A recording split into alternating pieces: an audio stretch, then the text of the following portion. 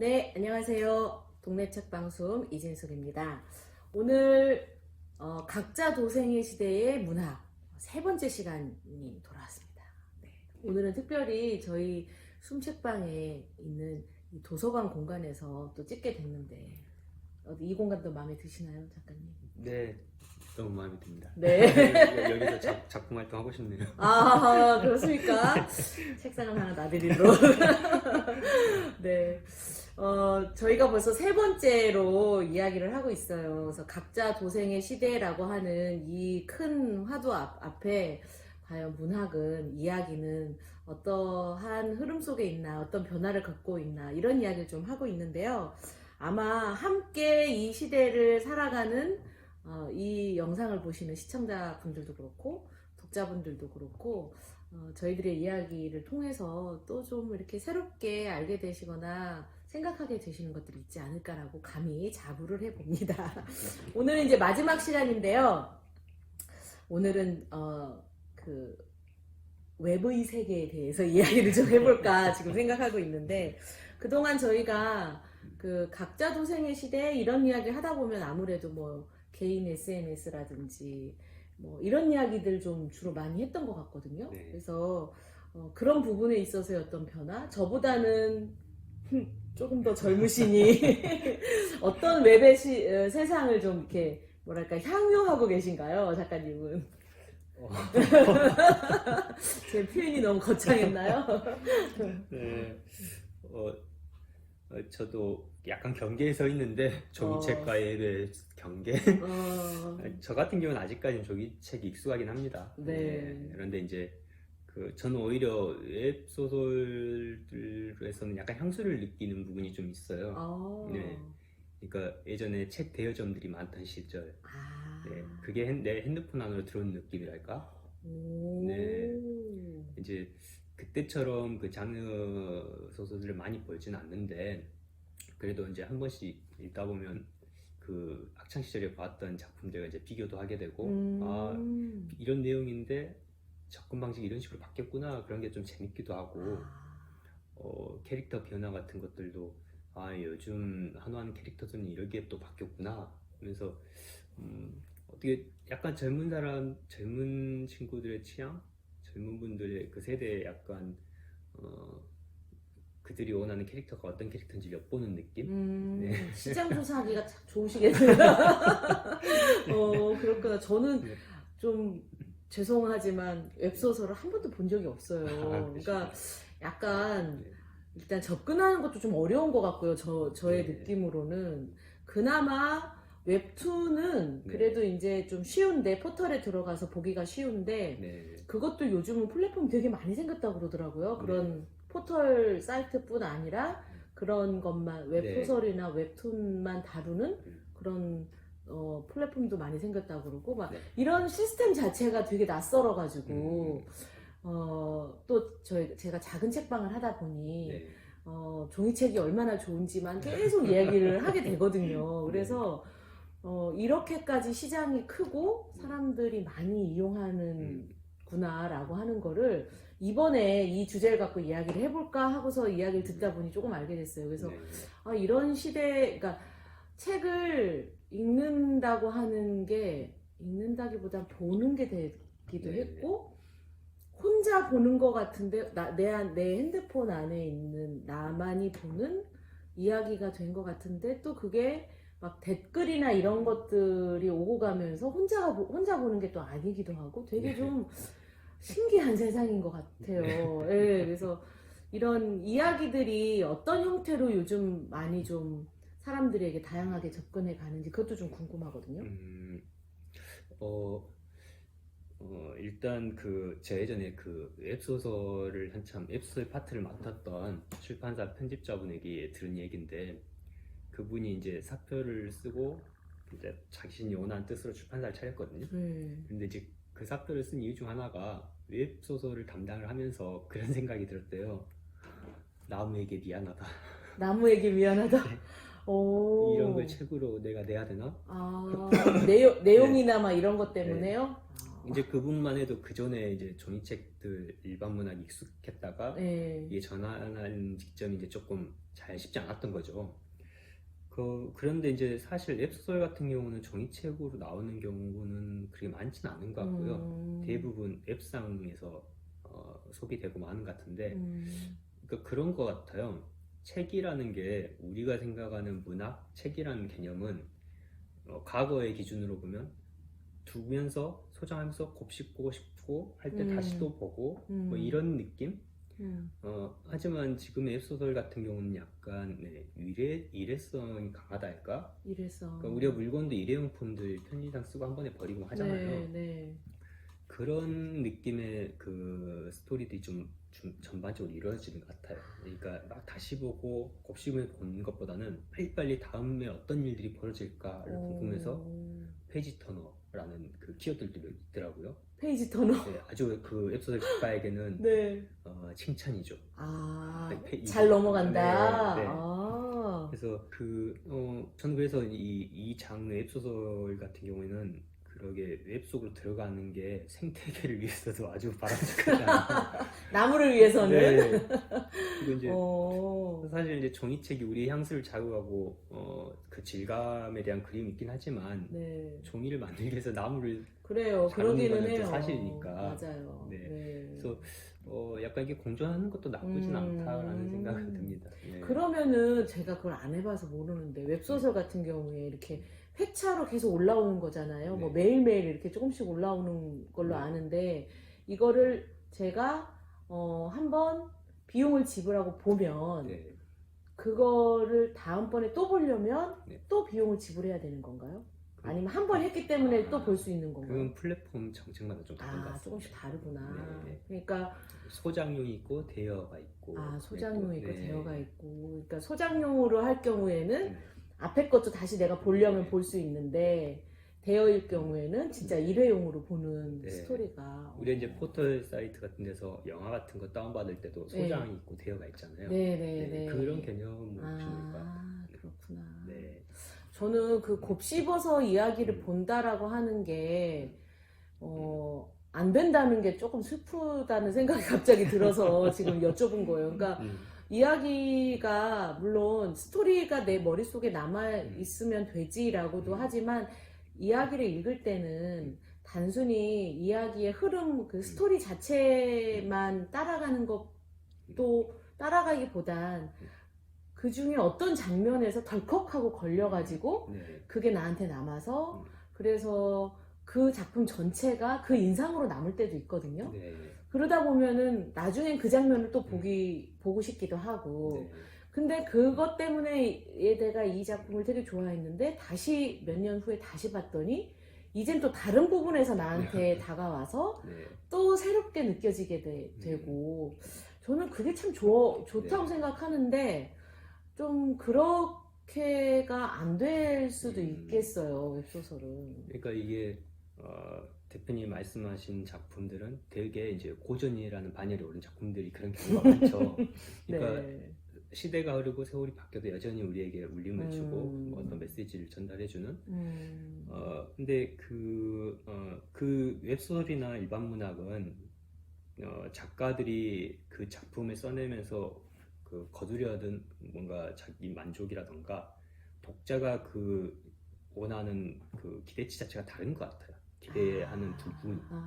그러니까 그래서 웹소설 독자도 나 오늘은 진짜 너무 힘들었어. 오늘 너무 직장 상사 때문에 시달려서 힘들었어. 나 오늘 학교에서 친구들 괴롭혀서 힘들었어. 나 오늘도 밤새 그 공부방에 있다 와서 너무 힘들어. 나 집에 와서까지 힘들기 싫어. 여기 일상에서 탈출하고 싶어. 그럴 때 이 가상의 공간으로 들어가는 거죠. 그러면서 가령 해리포터 같은 경우도 판타지잖아요. 그곳에서는 가상의 세계에서 내가 절대 체험하지 못하는 그러나 체험해보고 싶은 것들을 누리면서 약간 일상을 어떻게 보면 있는 개념인 거죠. 그런 시간도 저는 필요하다 생각해요. 그리고 그러니까 일상을 잊을 정도로 이것에 몰입해서 즐거움을 느낄 수 있는 시간. 그것은 그것대로 필요하고 또 반대로 내 어떤 내면의 어떤 공허함 같은 걸 채우고 싶은 어떤 그런 욕망이 들 때는 또 일반 문학을 볼 수도 있는 거고. 아하. 네. 그래서 저는 이게 이제 문학 생태계에서 공존의 문제지 이게 어떤 게 옳고 그르고의 문제는 아닌 것 같아요. 공존의 네. 문제다. 네. 그렇게 이야기를 듣고 보니 웹소설이 어떤 주제들을 주로 다루는지 좀 궁금하네요. 웹소설의 그 소재라고 네. 할 수 있는 거. 물론 뭐 일반 종이책도 되게 소재가 다양하기는 하지만 그래도 이제 경향이 있을 것 같아요. 네. 그 웹소설을 아직 보시지 않은 분들 같은 경우에는 과거 그 책방에서 주로 취급했던 판타지나 무협지, 뭐 로맨스 팬픽물 이런 것들을 좀 반추해 보시면 좀 이해하기 쉬울 것 같은데요. 기본적으로 그 책에서 얻는 즐거움을 지금 웹소설들이 똑같이 담고 있다고 생각하시면 될 것 같아요. 형식이라던가 캐릭터가 조금 달라진 것 같더라고요. 가령 더 가독성 빨라졌고, 인물이 과거에는 그 어려움을 겪고 그 어려움 속에서 성장해서 이제 커져가는 뭔가 그런 맞아요, 레벨업이 되는 영웅 내지는 네. 뭐 이런 경우가 많죠. 성장하고 막 네. 이런 거, 경지에 도달하고 네. 이러는 거. 그게 이제 전형적인 그 로맨스라는 장르가 원래 그런 경우 그런 그 장르거든요. 캐릭터가 현실을 좀 많이 반영해서 네. 그런 식으로 앞부분을 질질 끌는 경우는 많이 없더라고요. 네. 바로 이 주인공이 그러니까 세상 휘둘릴 정도로 어리숙하지 않아요. 네. 네. 어린 주인공이 나오더라도 네. 웬만한 머리 위에 있습니다. 네, 우리 맨날 보면 네. 도대체 왜 이러는 거야? 왜 이렇게 네. 똑똑하지 못하게 이러는 거야? 네. 특히 여자들을 그렇게 네. 많이 뭐 소비하고 신데렐라 캐릭터. 네. 근데 지금은 남자 캐릭터든 여자 캐릭터든 그렇게 당하는 캐릭터들이 아니고 오히려 사이다 캐릭터들이 그래요. 네. 그런 캐릭터 더 인기가 있고. 네. 지고지순 이런 거 없겠네요. 네. 그러니까 그 사이가 그 바라보는 미덕 기준이 바뀐 거라고 볼 수도 있을 것 같아요. 네. 예전에는 좀 차라리 맞는 게 편하다. 맞아. 사회 통념이 네. 여전히 그럴 네. 때는. 근데 지금은 그런 게 아닌 거죠. 내가 왜 당하고 살아? 네. 되게 적극적인 캐릭터들이 많고 네. 오히려 현실에서는 상사한테 지위라든지 직급이라든지 이런 거 이렇게 눌려서 네. 지내는 이 현실이 있다면 네. 이 작품 속에서는 네. 그런 위치에 있어도 네. 큰 소리 빵빵 치고 네. 사표 던지고 이럴 수 있는. 네. 이 얘기하다 보니까 갑자기 그 게임 광고 하나가 생각나는데 네. 그 직장 내에서 상급자 부장인가랑 그 일반 사원이랑 같이 있는데 이게가 게임 속에 들어가는 순간 딱 바뀌는 그 내용의 광고가 있었거든요. 광고가. 네. 게임 세계 안에서는 네. 다를 수 있다. 네. 이걸 보여주는구나. 게임 안에서는 내가 왕이고 이 부장님 상급자가 쫄병인 거죠. 네. 그러면 더 열심히 게임을 해서 계속 레벨을 올리고 싶겠네요. 네. 그런 생각이 들어요. 문학 같은 경우에는 문학이 이제 문학사를 보면 저희 나라는 계몽기 문학이라 해서 1910년, 20년, 30년대 초까지만 해도 문학 작가들이 지식인층이었죠. 지금은 지식인층이 아주 광범위하죠. 그렇죠. 근데 그때는 문학을 하는 사람들은 최고의 지식인층들이었거든요. 맞아요. 그러니까 교시적으로 알려주고 계몽시키고 막 이런 작품들이 많았거든요. 그 영향이 알게 모르게 조금씩은 남아 있었던 것 같아요. 그런데 지금의 문학은 그런 요소들이 이제 많이 걷어진 것 같고 그런 부분은 찾기가 상당히 힘든 것 같아요. 네. 그리고 우리가 그러니까 문학에 기대했던 가치가 좀 많이 변화하고 있는 것 같기도 하고 제가 그러니까 초등학교 중학생 때도 이런 고민은 계속 있었던 것 같아요. 그 당시에 이제 무협지 판타지를 막 보면 그리고 만화책 막 보고 있으면 부모님들이 걱정을 많이 했어요. 학교 선생님들도 왜 이런 폭력적인 이런 폭력범을 보고 근데 그거 본다고 해서 그렇게 됐던가? 그 당시에 조금 이제 폭력적인 친구들이 있었는데 그 친구들이 무협지에 빠지면서 얼핏 보면 다 학구파처럼 변한 거예요. 겉으로 보기에는 다른 일탈이 책으로 들어가서 시간은 한정돼 있고 네. 동시에 두 개를 할 수는 없으니까 그래서 그러게 경계하거나 질에 겁을 먹진 않아도 되지 않을까? 네. 대리만족의 정도이지, 네. 예, 그것이 뭐 무언가를 막 이렇게 고착화시키거나 막 네. 이러진 않을 수도 있다. 충분히 저는 독자들이 그 공간과 현실을 구분할 수 있다고 생각을 해요. 문학 작품이 예전에는 독자들을 이렇게 교시하고 계몽하고 막 이런 역할을 했다면 지금의 바람직한 문학은 현실을 그냥 반영하는 거거든요. 그런 차원에서 보면 지금의 웹소설도 그런 현실 반영을 충실하고 있는 걸 수도 있죠. 어떤 의미에서는. 아하. 그러니까 얘들이 그런 식으로 세상을 몰아가는 게 아니라 부추기는 게 아니라 이미 세상이 그런데 그게 반영되고 반영이 있는, 된 거다. 저는 그 측면이 조금 더 강하지 않을까. 네. 그러니까 사실 웹소설에 대해서 제가 웹이라고 하는 세상에 익숙하지 않아서도 그러기도 하겠지만 초반에 특히 이제 이런 인터넷 소설 그때는 이제 웹이라는 표현 잘 안 쓰고 인터넷 소설 이랬잖아요. 그럴 때 보면 거의 막 무슨 로맨스라든지 학원물이라든지 뭐 팬픽 네. 이런 것들이 주였던 것 같아서 조금 이렇게 접해보고서는 아 이거는 너무 아니다 이제 이렇게 생각했었던 것 같거든요. 근데 그 인상이 아마 지금도 좀 남아있지 않나 이런 생각이 들기는 하는데 시장이 넓어지면 넓어질수록 또 그 안에서도 그 걸러지는 부분이 생기긴 네. 할 것 같다는 생각이 드네요. 네, 좋은 지적이신 것 같은데 저는 독자들이 그렇게 어리숙하다 생각하지 않아요. 그러니까 지금의 독자들은 매우 스토리에 대한 이해도가 뛰어나고 캐릭터에 대한 그 분석력도 뛰어납니다. 그리고 드라마 같은 경우도 예전에 보면 계속 신데렐라 캐릭터만 공식만 바뀌어서 나왔잖아요. 네. 물론 지금도 그런 부분이 있는 경우도 있지만 이제는 안 이제 먹히죠. 많이 다양해졌죠. 저는 그 문화는 점점 그렇게 반복은 되지만 유행이 조금씩 진화한다고 생각을 해요. 어떤 식으로든. 그래서 이 독자들이 지금 웹소설을 보지만 여기에 머무르면은 이 작품들은 이제 도태가 되는 거고 끊임없이 독자들은 더 새로운 걸 요구할 테고 거기에 맞는 또 더 퀄리티 높은 분들이 계속해서 나오지 않을까. 사실 우리가 어릴 때 초등학교 10살이라는 나이, 뭐 9살, 11살 이때 뭐 베이지 같은 작품을 읽진 않잖아요. 그렇지. 못 읽죠. 네. 아이피 뭐야, 점프 이게. 같은 거 만화책도 보고 뭐 그러면서 점점 쌓여서 맞아요. 흔히 말하는 고급 독자까지 된 거잖아요. 그렇습니다. 그래서 어떤 그런 과정일 수도 있겠다는 생각도 들고요. 많이 접하는 게 사실은 제일 좋은 거네요.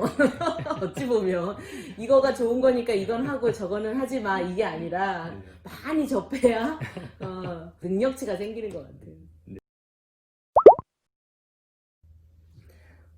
결국은 웹소설이 살아남고 인기를 끄는 이유 중에 큰 것은 현실을 반영하면서도 그 현실을 탈피하게 해주는 그런 요소이구나라는 생각이 들었어요. 작가님 말씀 듣고 보니까. 그래서 저희가 앞에 1회, 2회 계속 이야기했던 그 스릴러 미스테리 그 소설들도 사실은 그렇다라는 얘기를 계속 해왔는데 그렇다 그러면 웹소설에서도 그쪽 장르가 훨씬 강세겠네요. 어찌 보면 그러니까 미스테리나 추리물이 좀 인기가 많을 것 같다는 생각이 들었어요.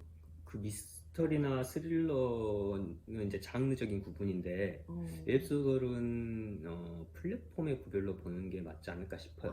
어느 플랫폼에서 어떤 내용이 주로 많고 이런 식으로 나눠지나요? 네, 온라인 매체 기본적으로 온라인 매체가 발표 지면인 경우, 경우 그리고 이제 주류를 이루는 웹소설이 로맨스, 판타지가 되는 것 같습니다. 그럼 오늘 소개해 주실 또 책이 있으시잖아요. 오늘 소개해 주실 책은 어떤 또 현실을 반영한 책인지 한번 좀 들려주시면 좋겠습니다. 제 책을 가지고 왔는데요. 뿅. 서미애 작가님의 당신의 별이 사라지던 밤이라는 얼른 보면 추리소설 같진 않죠. 약간 서정적인 느낌의 책 같죠. 요즘 많이 보는 에세이 표지 같기도 하고 이쁘네요. 되게 막 반짝이도 있고. 추리소설 작가로서는 되게 이제 초창기에 많지 않은 그 여류 소설가 중 한 분인데 왕성하게 활동하고 계시고요. 이분 작품들 중에서도 약간 스릴러적 요소가 강한 작품 같아서 비교적 또 최근 작품이기도 하고 그리고 이 작품 역시 스토리는 비교적 단순합니다. 그런데 그 그 단순한 스토리를 가지고 어떤 식으로 긴장감 유지하면서 전개를 해가나 반지 스릴러나 추리 문학에 아직 익숙하지 않은 분들이 처음 접하기 아주 좋은 책이 아닌가. 거기다 이제 국내 소설이니까 인물들도 더 와닿을 수 있고요. 네. 네, 그래서 오늘 추천 도서로 가지고 와봤습니다. 서미애 작가님, 저도 사실은 처음 접하는 작가님이신데 작품이 많더라고요. 네. 그 제목만 제가 작가님한테 미리 듣고서 보니까 그래서 이렇게 왕성하게 활동하셨던 분을 모르고 있었다니 이러면서 좀 또 다시 한번 네, 생각하게 됐는데 지난번에 소개해 주셨던 작품도 마찬가지지만 말씀하신 게 단순하다. 네. 사건 자체는 단순하다. 네. 그런데 그걸 쌓아가는 방식이 네. 굉장히 재미있고 특별하다 이런 말씀을 지금 계속 하시거든요. 그러니까 네. 좋은 작품은 그런 거 같아요. 막 복잡하게 만들어서 재미가 아니라 네. 단순할지언정 그 속에서 무언가 제일 중요한 요소가 뭐인 걸까요? 아까 저희가 쉬는 시간에 이야기를 나눴던 네. 것 같은데 이 스릴러나 추리 같은 경우는 독자 리뷰를 보면 되게 막 갈린다고 했잖아요. 네네 아주 극단적으로. 좋다고 하는 사람이 있고 막 저기 네. 하다고. 그래서 아주 그 작가 두뇌 게임을 하면서 이 범인이 누구인지 찾는 그런 과정을 좋아하는 독자분들이 있을 수도 있고 네. 인물이 어떻게 될까 이런 어. 과정을 보면서 또 거기서 즐거움을 얻는 독자분들이 있을 수도 있고 그래서 약간 그 같은 장르 안에서도 그 접근법이 좀 차이가 있을 수는 있죠. 근데 비교적 이 작품은 그런 거 구애 없이 두루 재밌게 볼 수 있는 작품이 아닌가. 그래서 이제 이 책을 보고 나는 누군가 이 사람을 알아맞힌 게 재밌다 하면 그쪽으로 더 찾아보실 수도 있을 것 같고 나는 이 인물이 추적하는 방식이 되게 스릴 넘쳐서 이게 재밌었던 것 같아 하면 또 그런 관련된 책들도 찾아볼 수도 있고요. 네. 책 소개 좀 해주세요. 어떤 내용인지. 네. 이 책은 그 카센터를 운영하는 한 가정의 가장이 주인공인데요. 어느 날 갑자기 아내가 추락사합니다. 자살을 하는 거죠. 네. 근데 이 아내가 자살을 한 이유가 몇 년 전에 사실 딸이 살해됐어요. 이 집에. 그것 때문에 계속 괴로워하다 결국 견디지 못하고 자는 거거든요. 왜냐하면 그 재판이 석연치 않았던 거죠. 네, 딸이 살해를 당했는데 처벌받은 사람은 없는. 근데 이제 아내까지 죽게 되고 너무 괴롭겠다. 그러다 우연히 이 남자가 이제 또래에게 협박을 받다가 도망 중이던 딸의 친구를 만나게 되면서 뭔가 단서라야 되나? 그 딸의 죽음에 대한 네, 그런 것들을 이제 접하게 되면서부터 이제 본격적으로 딸의 죽음을 파헤치는 내용입니다. 네. 다시 심판받게 하는 일종의 복수라고 볼 수 있죠. 네.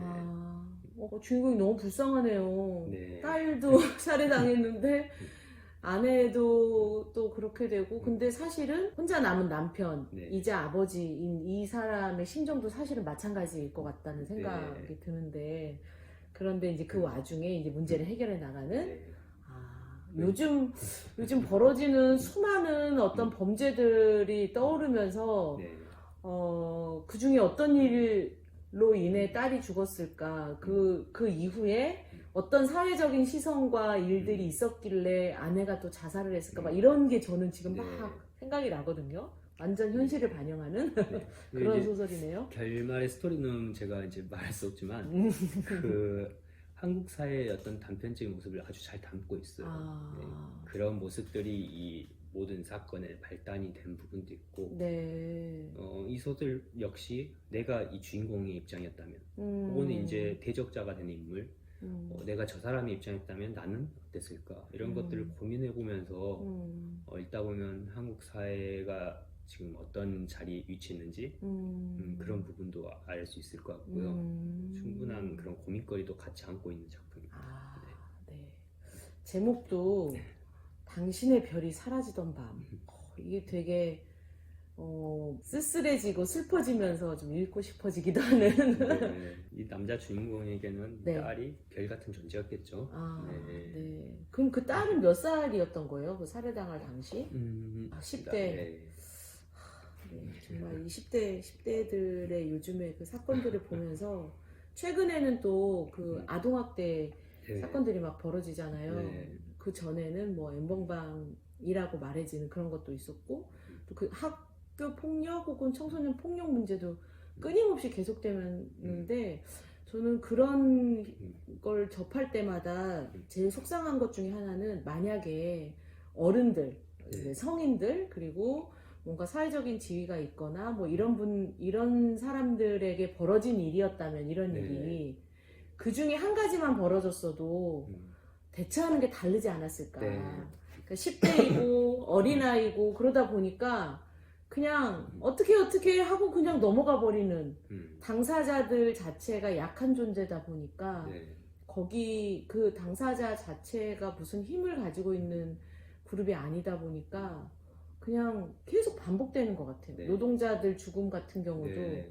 당사자들이 약하니까 죽음이 계속 반복되는 네. 걸 보면 그래서 제가 이 제목이 더 이렇게 네. 가슴이 와닿나요? 그런 사회 문제를 되게 많이 조명하고 있는 작품 같아요. 아, 그래요? 그래서 가령 우리가 계급이 없는 사회라 하지만 보이지 않는 계급이 엄연히 있잖아요. 그렇죠. 예, 그 보이지 않는 계급이 부모의 계급이 자식들에게 어떤 영향을 미치는지 그러한 거기서 발생한 비극이라 해야 되나.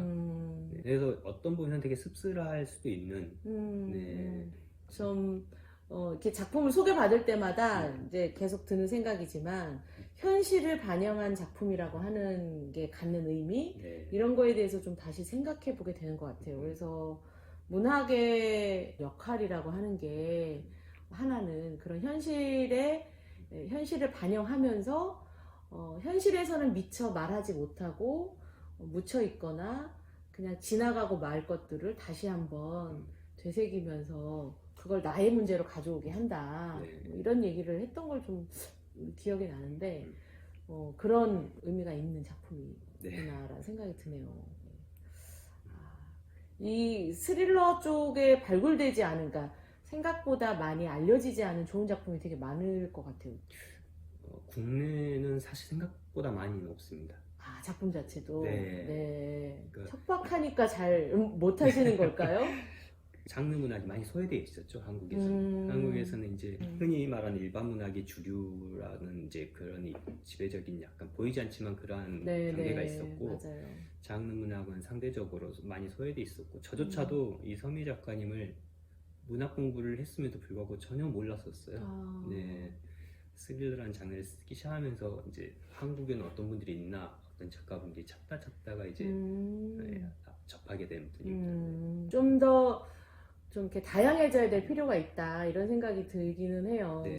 이야기를 접근하는 방법들도 다양해진 것처럼 소재라든지 이런 것들도 좀 더 다양해져야 우리 사회의 각계각층의 수많은 이야기들이 좀 더 많이 들려지는, 안 그러면 그냥 주류의 어떤 이야기만 계속 이렇게 회자되는데 그게 아니라 정말 소외되고 있는 약한 어떤 부분들도 자꾸 이야기가 들려져야 그 사회가 좀 더 건강하지 않을까. 각자 알아서 살긴 하지만 그럼에도 이 다채로움이 나타나야 건강해지겠구나 이런 생각이 좀 드네요.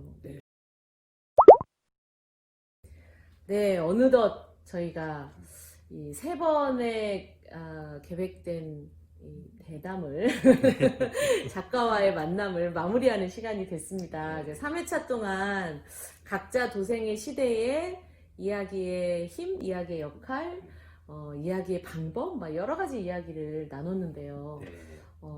일단 각자 도생의 시대라고 하는 화두도 작가님 던져주셨었는데 어떠셨어요? 좀 적응이 되려고 했더니 끝이네요. 저의 두서없는 질문에 대답하시느라 애쓰셨는데 그러게 말입니다. 저도 이제 그 주제를 제가 이제 말씀드리고 나서 그 전에는 사실 크게 깊이 생각해 본 적은 없었는데 이 기회를 통해서 지금 제가 살고 있는 시대를 조금 더 내밀하게 한번 고민해 본 것 같기도 하고요. 그리고 이제 다른 작가님들의 작품도 소개를 하고 하면서 제가 써야 할 방향성도 한 번 더 고민해 본 시간이었던 것 같고 독립서점이랑 공간에 대해서도 또 한번 다시 한번 생각해 보게 됐고요. 이게 문화적으로 아주 중요한 장이라는 생각이 또 그렇습니다. 네. 맞아요. 많이 얘기해 주세요. 문화적으로 되게 중요한 장이다. 서점이. 최근에 저희 이 서점 및 출판계에 좀 네. 힘든 일이 하나 벌어졌거든요. 작은 출판사랑 서점들이 되게 막 지금 막 힘들어하고 있는데 네. 어떤 분이 그러더라고요. 서점은 공공재다. 네. 네, 여기는 단순히 책을 파는 곳이 아니라 문화를 양산하기도 하고 향유하기도 하고 하는 곳인데 네. 출판사도 역시 마찬가지고 이거가 잘 유지돼야 된다.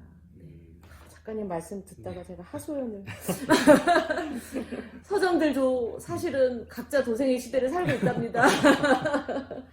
저도 작가님과 이야기하면서 되게 좀 이렇게 암울하게만 생각했는데 네. 이렇게 변화하는 시대에 대해서 좀 다른 여러 가지 면들, 네. 특별히 이제 SNS, 개인 활동 이런 게 활발해지는 시대에 새로운 면 같은 것도 많이 보게 된 것 같고요. 네. 특별히 이 스릴러 장르에 대해서 관심을 갖게 되었어요. 정말 좀 어렵거나 혹은 저의 관심사에서 멀다고 생각했는데 굉장히 흥미로운 시간이었어서 감사드립니다. 제 역할 다 해냈다는 느낌 드네요. 네, 그래서 곧 저희 코너 중에 이 미스터리 스릴러 장르 파트가 또 새롭게 좀 추가되지 않을까. 네. 작가님께 목록을 좀 받아서. 네. 이제 마무리라 작가님 어떤 각오 이런 이야기도 좀 듣고 싶은데요. 작품 준비하시는 것도 있으신 것 같고요. 그 네. 방식도 좀 새롭다는 얘기를 얼핏 제가 좀 들었는데, 네. 네, 소설가로서 이제 살아가시는 앞으로의 삶에 대한 어떤 계획과 다짐 네. 이런 것도 좀 얘기해 주시겠어요? 일단은 이제 꾸준히 쓰는 게 쉬지 않고 쓰는 게 이제 제 가장 1차적인 다짐이고요. 기왕이면 재밌고 좋은 작품을 이제 네. 모르겠어요. 앞으로 스릴러만 쓸 계획은 아니고요. 네. 다양한 장르를 쓰고 싶은데 일단 스릴러는 꾸준히 발표하게 되지 않을까 하는 생각을 하고 있습니다. 네. 사명감이라면 좀 오바고요. 아직 한국 그 문학 시장의 스릴러란 장르가 잘 안 알려진 것 같아서 네. 기왕이면 바람직한 방향으로 뭐랄까 인식이 됐으면 그러니까 과거에 8, 90년대 저희 나라 추리 소설들이 너무 자극적이고 선전적으로 가다가 무너졌던 그런 기억이 있거든요. 그래서 우리가 이제 추리 문학이라면 자꾸 그런 이미지들이 떠올리는데 이 스릴러라는 장르, 미스터리 스릴러라는 장르가 지금은 그렇지 않다는 네, 충분히 훌륭한 작품도 나올 수 있고 국내 작가들도 많이 열심히 노력하고 있다는 네, 그런 이론으로서 역할을 하고 싶습니다. 충분히 앞으로도 그럴 가능성이 또 보였기 때문에 기대를 하겠습니다. 다음 작품은 언제쯤 만날 수 있나요? 사실 예전보다 조금씩 한 달씩 계속 미뤄지고 있는데요. 이유가 뭐예요? 못 쓰시는 건가요? 네, 좀 복합적인 이유가 있는데 네. 빠르면 다음 달 중에 선보일 수 있지 않을까. 진짜요? 네. 네, 이제 거의 막바지 작업을 하고 계시겠네요. 네. 네. 다만 이 막바지가 얼만큼 이제 걸릴지 몰라서 제가 확답은 못 드리겠는데 물리적으로는 네. 다음 달 말 안에는 발표할 수 있지 않을까 싶습니다. 네. 한 여름에 네. 작가님의 그 오싹한 네. 스릴러는 여름의 제맛입니다. 두근두근한 작품을 만날 수 있는. 네. 네. 그럼 방식은 종이책으로 나오나요? 아니면 우선은 웹 플랫폼에 연재될 것 같은데요. 네. 카카오 땡땡땡에 피아노가 울리면이라는 작품으로 제목이 네. 피아노가 울리면? 네. 피아노가 울리면 제목 괜찮은데요? 너무 호럽적 제목 같지 않나? 네. 약간 네. 궁금해할 제목일 것 같아요. 네. 네. 피아노가 울리면 무슨 일이 벌어질까요? 네. 조율이 안 된 피아노라면 특히 막 이러면서. 네, 마지막으로 이 영상을 보시는 그리고 작가님의 작품을 만나실 네. 독자님들에게 그리고 꼭 직접적으로가 아니더라도 우리나라의 문학계를 또 네. 많이 흔들어줄 독자들에게 네. 당부하고 싶은 말 있으시다면? 당부. 네, 책을 많이 사서 읽어주시면 고마울 것 같고요. 네. 좋은 책을 읽었을 때는 리뷰 같은 것도 적극적으로 달아주시고 그런 이제 적극적으로 그 소통을 해주시면 많이 힘이 될 것 같습니다. 네, 네. 그 쓴소리도 상관없습니다. 그 쓴소리도 마다하지 않으신답니다. 좋은 독자가 또 좋은 작가를 만들기도 할 것 같아요. 네. 좋은 작가가 또 좋은 독자를 만들기도 하지만, 네, 좋은 리뷰는 작가에게도 많은 생각거리를 던져주는 것 같아요. 네. 이미 발표한 작품을 고칠 수는 없지만 차기작을 쓰는데 충분히 그러한 리뷰들이 또 참고도 되고요. 큰 도움이 되는 것 같습니다. 알겠습니다.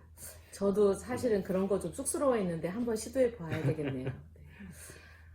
지난 3번의 이 영상 작업이 굉장히 저희로서 도전의 시간이었는데 또 저희 숨책방도 처음 해보는 거라 보시는 분들이 어떠실지 지금도 좀 두근두근 합니다만 작가님하고 이렇게 좀 격이 없이 편안하게 다양한 이야기를 나눌 수 있어서 저희의 첫 시도가 더 유쾌하고 재미있게 잘 시작한 것 같아요. 감사드립니다. 아유, 저야말로.